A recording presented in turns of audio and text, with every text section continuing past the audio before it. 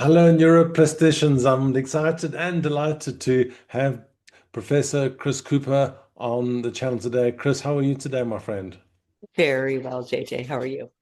I'm very good. Your reputation precedes you in in nutrition and the application of neuroscience. And I really want to hear about your role as a professor in this domain and your role in and interest in neuroscience. And I want to hear about what you're doing as a neuroplastician now that you've been credentialed. And I don't know, let me slow down and let me just give you a chance to tell us a bit about your work, and we can dive in from there. Chris, how does that sound? Sure, that sounds great. Thank you. Sure. I am, thank you for your attention. I'm Kristen Cooper. I founded the Masters of Nutrition at Pace University in 2018. Uh, I founded this program with a vision in mind that's unique in programs throughout the United States. Most nutrition programs, historically for our profession for the past 100 years has focused on sort of clipboard nutrition, fats, carbohydrates, and proteins, and vitamins and minerals, and so forth. What are people getting? How does the body utilize these nutrients? And it was more or less a sort of checklist in sort of home economics in some ways oriented profession. But what I've been witnessing since the 90s, and then after I finished my master's program and then my doctoral program in 2017, was that there is a connection not only between what we eat and how we can calibrate what we're eating on paper, but there is something incredibly important about the act of eating, where we eat, right, with whom we eat, and how we view food and nutrition, okay, and how we use that as a building block for life and for connection and so forth. So I founded our program upon the notion that we need to not only tell people what to eat, but we need to be able to show people what to eat in terms of cooking skills, because people don't think in terms of numbers, they think in terms of food. And we have to speak the language of food for people. Founded the program upon that, and that also the notion that we need to show people how to eat Mm, to be healthy on a budget, because food is mm, increasingly expensive and so forth. And I had an eye towards social justice, food justice, as we call it, food humility, in our program. And so our students spend several days a week in our kitchen, creating and testing recipes and learning about cooking throughout the life cycle. And I find that's really built a connection between what the students think of as food and the actual act of cooking and eating. There's something entirely special, and there's mm, ongoing research to sort of to crack open the code of what is so important about a home cooked meal, right, as opposed to a restaurant meal. There's something about the energy, right, for, mm. for lack of a better word. There's something about that togetherness that confers benefits beyond the actual nutrients in that meal. I've got so much interest in what you're saying. The first thing I want to speak about Mhm. is the social neuroscience of nutrition or just eating. Yes. Okay. Mhm. So you you're not you've heard that phrase, you are what you eat. I believe you are what people eat around you. If you are trying to lose weight and everybody's having donuts for breakfast and you're in that environment, it's hard to go have something different. If you're around everybody that's having pasta for dinner and a glass of wine, it's different. It's difficult to have a salad. A, it's socially disruptive. B, it is much easier to have the pasta. And C, it is much more psychologically demanding to break the social norm. So I believe, and this is my belief, that diet and health and nutrition are a social phenomenon rather than a physiological phenomenon. How do you feel about my cunning little opinion? Yes, no, I agree. I think that, the food environment, right, has everything to do with what we eat. And, I even see patients, right, who aim to lose weight, aim to eat more healthfully, but decide that they aren't ready yet to do that because they don't have the social supports, right? If you've built your Mm, life around going out to eat, it's just like smoking, right? If you built, exactly. right, if you built your life around a commonality, right, with people who are your friends and so forth. I see patients, as I said, who are trying to lose weight and want to have that salad, but that's not the social norm that suddenly they're not welcome in their circle of friends or people who are successful at losing weight, right? And they were part of a community of people who were overweight, right? That can be problematic and very detrimental to someone's progress forward. But I would argue that there are ways, I think, of conforming in some ways to social norms and still enjoying the company of friends and family and still being able to eat more healthfully. Let's say it's smaller portions, right? Let's say it's Mm, not eating out as much, and so forth. So I think there's ways that people can navigate that. And this is a modern problem, right? This is not just people's judgment or social conformity. This is our food system. It is darn hard to navigate our mm, system, right? When the norm, for many people, most people, 60% of Americans, have a highly processed diet. This is the norm for many people. And so historically, that wasn't the case, right? In times of scarcity, or even the turn of the century in America, right? The land of fast food, most people lived in an agrarian situation where they were farmers or lived in farming places, and you didn't have these options. It was only after World War II when we convinced women that they didn't have time to cook because their husbands were at war and they had to go to work, that we started to create these products. And that was very psychological, right?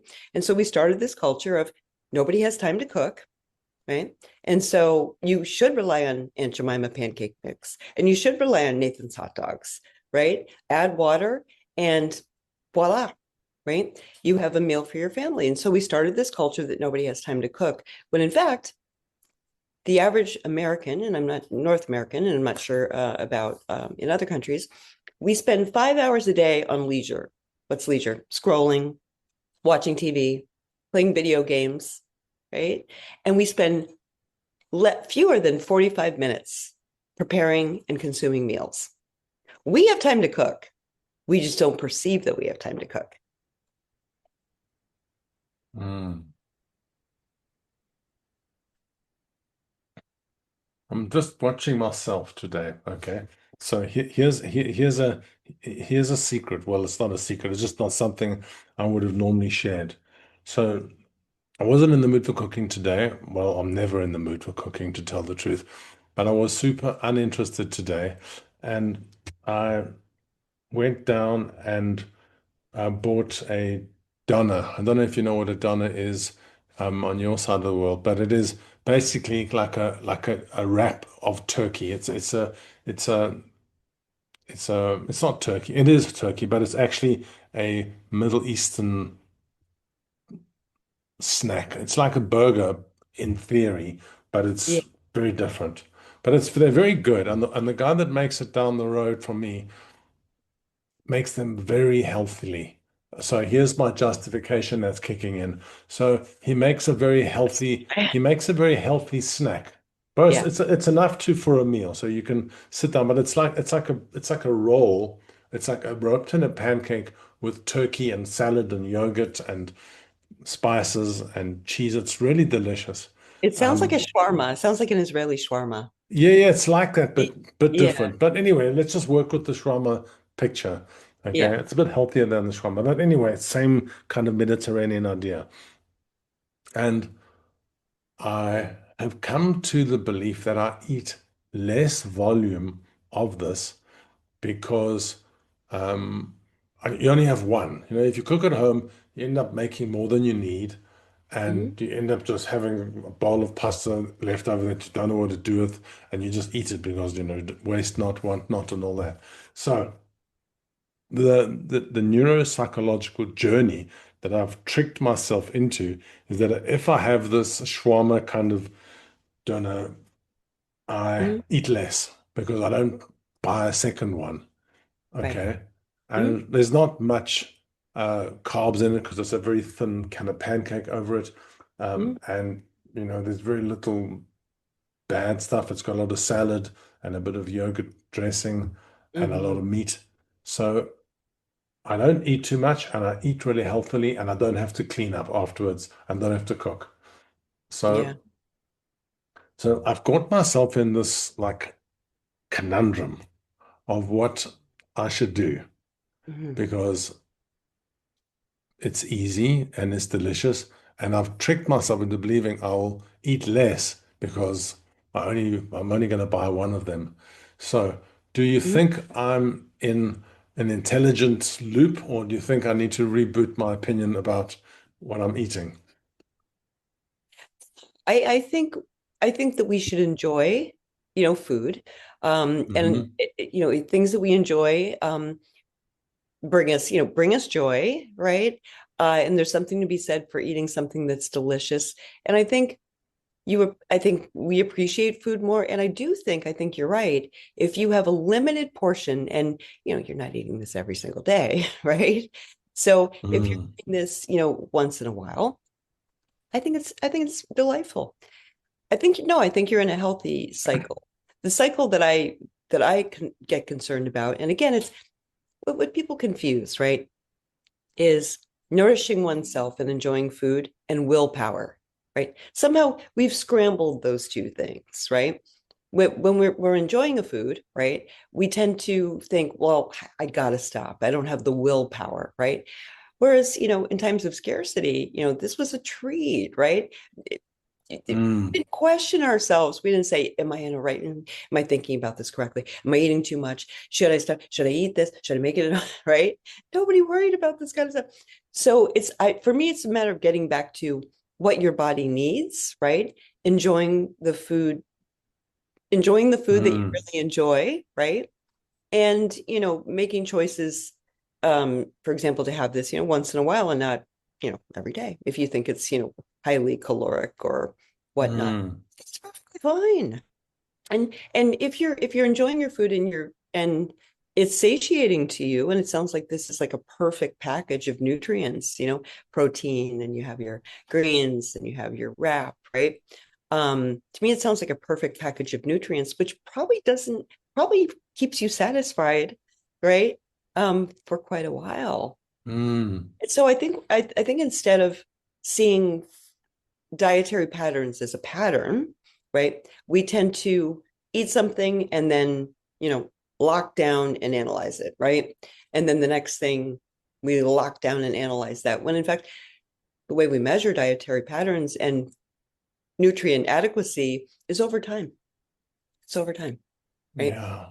And whether we do a 3-day food recall, and we do both, the USDA does both, or, yeah, Department Mm. of Health and Human Services, we do both surveys on a 3-day recall. We call up random, I don't, but they call up random people, right? And Mm. say, would you be willing to participate in the survey? And they ask them, over the last 3 days, have you had carrots? Have you had broccoli? Have you had, chicken? Have you had beef? And go through the whole thing. What are your beverages? What are your condiments on? And then we kind of triangulate that with surveys that are about, in the last 6 months. And the parallels are very similar, right? So, what does that tell us? It's dietary patterns, right, that matter over time. It's not today. It's such genius. It's such genius. I love it. It's the pattern of behavior. It's not the one shawarma that's going to ruin your health.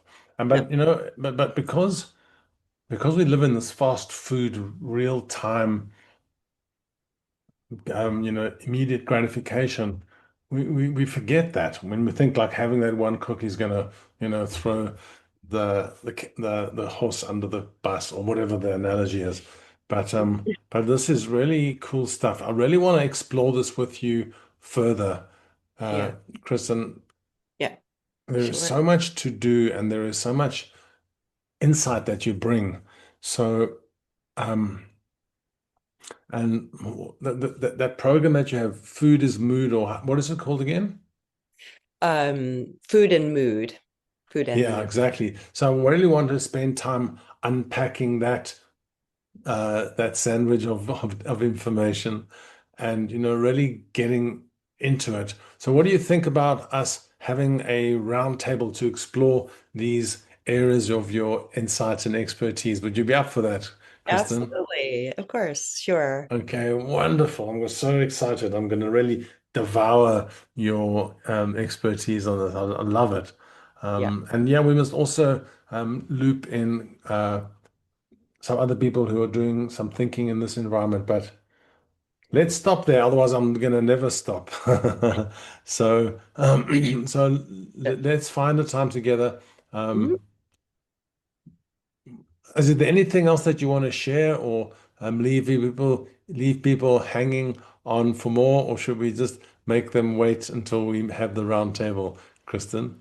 I mean, I think what I'd like to share is what we talked about before and the completely miraculous change that I saw when I was teaching environmental nutrition in a school in the Bronx, New York, which was a school that was very heavy. There was a preponderance of kids who had been in juvenile detention and had committed crimes and had parole officers. In fact, that's where I learned what the term PO meant, parole officer. And when these kids were in the classroom and they were cooking, they were say taking wheat berries and grinding them, into wheat and making dishes, or when they were even making applesauce, right, in a blender and adding their own spices, cinnamon and a little bit of sugar, or they came up with their own recipes, right? Um, there was peace. There's a certain Mm. peace around cooking and food and nourishment. And as we discussed before, JJ, kindergarten, right? And you know this better than I, you speak to her. It means children's garden. And Friedrich Froebel in the 1800s came Yes, up with this yes. concept, right? And so schools were always built around the notion of gardening, whereby kids learned about etiquette, science, math, right? Um, Hmm. home economics, child raising, and history, right, and everything else. So we've always communed around food, and the most impressive to me was when I took these middle schoolers to the garden in back of the school. The school was geared, it's called Bronx Green School. And there was a very forward-minded principal who wanted the school to be based around nature and gardening and healthy eating and so forth. And the same kids who came in with a Mountain Dew or a Pepsi and Doritos or crisps, right, every morning for breakfast were the kids who went out to the garden where we had rakes and hoes and daggers, Wow, stuff wow. that was potentially deadly. And I never saw a hint of violence in that garden. I saw cooperation. I saw respect for the land.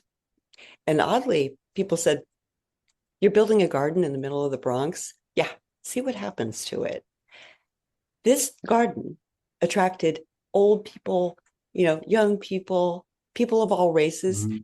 And we built benches in the garden because people simply wanted a place to be around food and growth and life and nature.